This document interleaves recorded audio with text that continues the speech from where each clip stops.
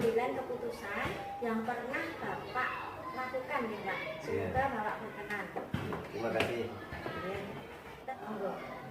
Kasus yang pernah saya alami sebagai kepala sekolah yaitu yang berkaitan dengan rujukan moral, dimana awal dari pengalaman saya itu ketika ada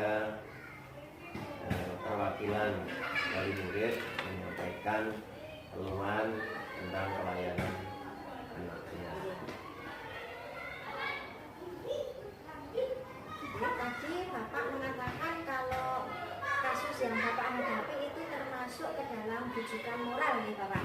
Dari mana Bapak bisa mengidentifikasi kasus tersebut termasuk ke dalam rujukan moral?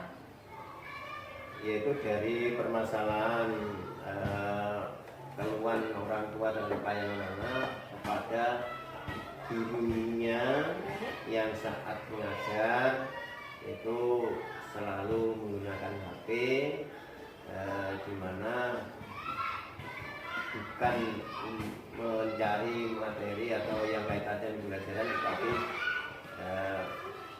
menelpon atau berbicara dengan orang luar.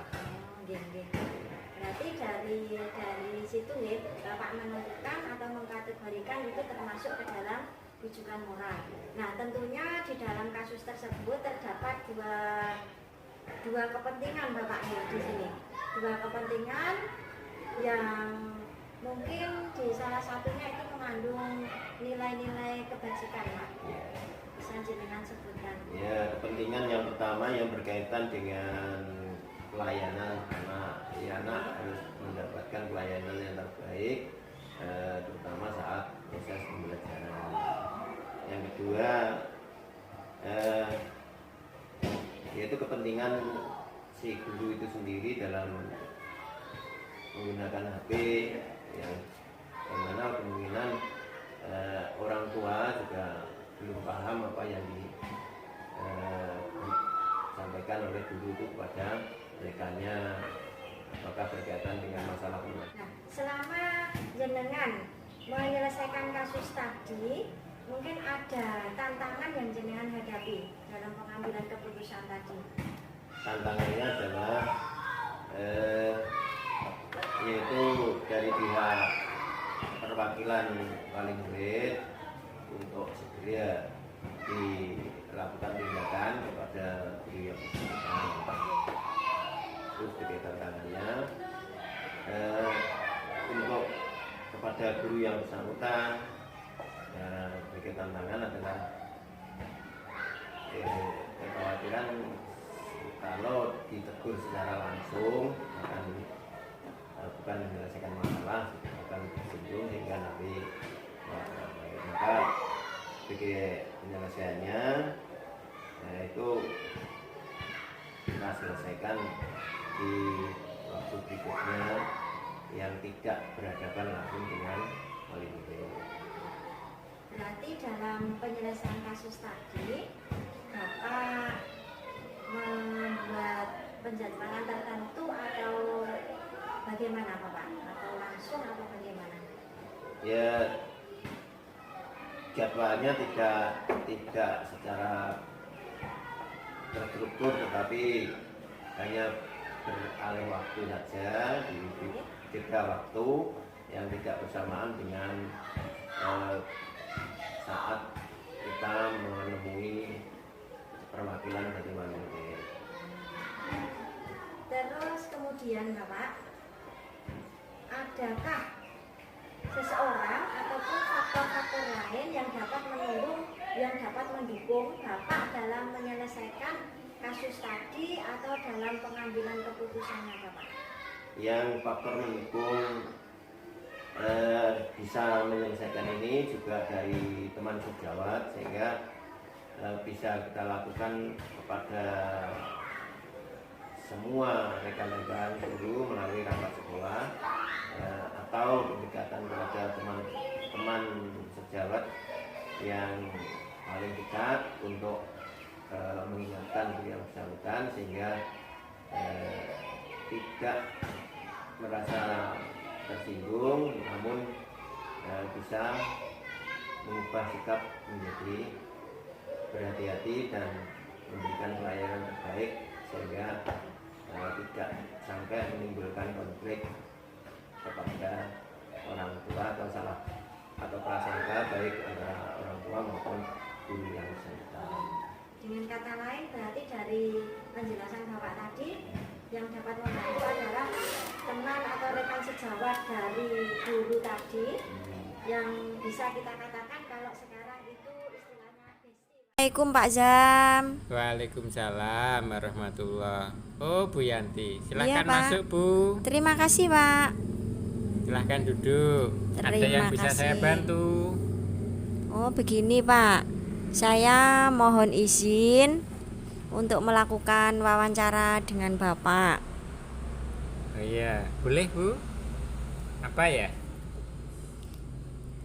Itu Pak, Bapak kan selama menjadi kepala sekolah tentunya pernah menghadapi beberapa kasus nggih. Lah, dalam kasus tersebut bagaimana Bapak dalam mengambil keputusan, Pak? Oh iya Bu. Ada Bu ya, di sekolah saya itu ada adik dan kakak namanya Rama dan Samsami. Nah, pada saat itu hari Senin harusnya Rama dan Samsami ini memakai pakaian lengkap seperti yang lainnya. Nah, sementara Samsami itu tidak pakai topi dan dasi.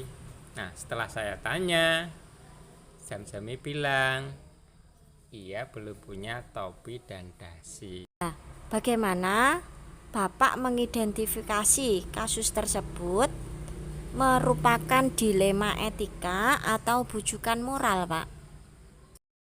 Samsami itu mengatakan ia sama ibunya itu belum dibelikan karena menurutnya ibunya masih memerlukan uang untuk membeli pupuk Bu. Jadi untuk topi dan dasinya nunggu nanti saat panen. Nah ini memang menurut saya ini dilema karena untuk biaya pupuk itu juga kebutuhan pokok. Sementara topi dan dasi ini juga penting. Kasus Bapak itu termasuk dilema etika nggih. Iya. Di mana Saya keduanya bingung, Bu. ya, keduanya kan sama-sama benar ya, Pak. Benar, duanya Ya. benar dan itu penting Bu ya. Nah, lalu bagaimana Bapak menjalankan pengambilan keputusan di sekolah Bapak terhadap kasus tersebut, Pak? Nah, karena Samsam itu mengatakan ibunya masih belum bisa membelikan, saya sampaikan kepada Samsami agar ibunya esoknya untuk menghadiri undangan saya. Saya ingin tahu kejadian yang sebenarnya bagaimana. Lalu langkah-langkah apa yang bisa Bapak lakukan? Ya, pertama saya ingin tahu kebenarannya. Apakah yang disampaikan Samsami ini benar adanya atau tidak. Jadi esoknya itu saya bertanya secara langsung kepada ibunya, pada orang tuanya, apakah benar ibunya itu belum mampu membelikan topi dan dasi. Dan ternyata ibunya memang benar Pak. Ya saat ini ladangnya membutuhkan pupuk untuk jagungnya. Jadi ibunya mengatakan setelah panen atau kalau sudah mempunyai uang. Jadi ibunya berjanji akan membelikan Begitu, topi dan Pak, ya. dasi. Begitu Pak ya. Lalu Bapak, dari beberapa langkah yang telah Bapak lakukan tadi, menurut Bapak mana yang Bapak anggap paling efektif dalam pengambilan keputusan tersebut, Pak?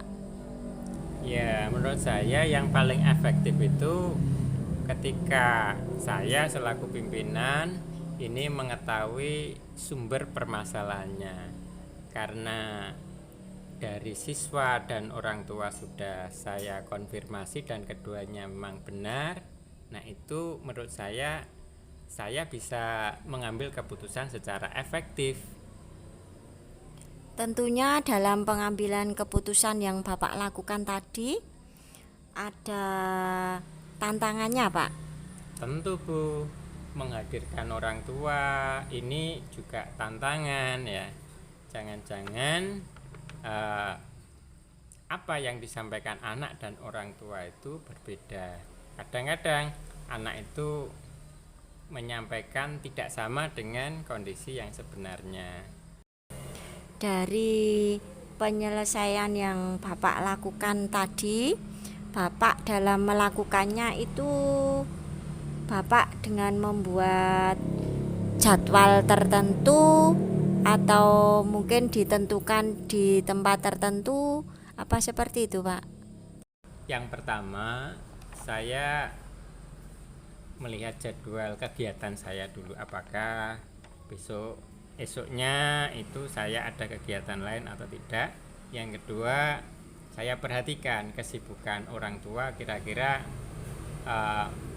bisa ndak datang ke sekolah melalui siswa. Nah, ternyata dari anaknya itu mengatakan ibunya atau orang tuanya itu besoknya itu kemungkinan tidak ada pekerjaan di ladang. Jadi secara jadwalnya yang menentukan pihak sekolah atau saya. Jadi bisa dengan mencari ketika orang tua tidak ada pekerjaan begitu, Pak, ya? Ya iya, kan masyarakat sini atau orang tuanya Zamzami dan Rama itu kan pekerjaannya di ladang ya. Kadang-kadang kalau sudah bekerja itu dari pagi sampai sore.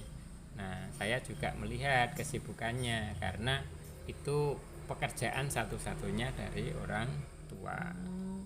Iya, Pak. Lalu kira-kira, Pak, adakah seseorang atau faktor-faktor tertentu yang dapat mempermudah atau membantu Bapak dalam pengambilan keputusan, Pak? Atau pihak yang selama ini mempermudah atau membantu saya dalam mengambil keputusan. Yang pertama itu karena ini menyangkut siswa, orang tua, guru. Karena itu siswanya Pak Primus, saya juga perlu tahu data dari gurunya secara langsung. Saya juga tanya kepada komite bagaimana kondisi ekonomi sebenarnya. Pembelajaran apa yang dapat Bapak ambil dari pengalaman Bapak dalam pengambil keputusan terkait dilema etika yang Bapak hadapi, Pak? Saya harus berpikir secara matang dan rasional. Apa yang akan saya ambil nanti berdampak utamanya pada siswa. Oleh karena itu, pembelajaran yang saya dapatkan adalah adanya komunikasi antara sekolah, komunikasi saya dengan siswa, guru, dan orang tua. Ini pembelajaran penting sebab kalau tidak ada komunikasi ini bisa menimbulkan permasalahan yang lain. Itu apalagi terkait dengan. Terima kasih Bapak atas waktunya. Sudah cukup Bu? Sudah cukup Bapak, sangat lengkap sekali.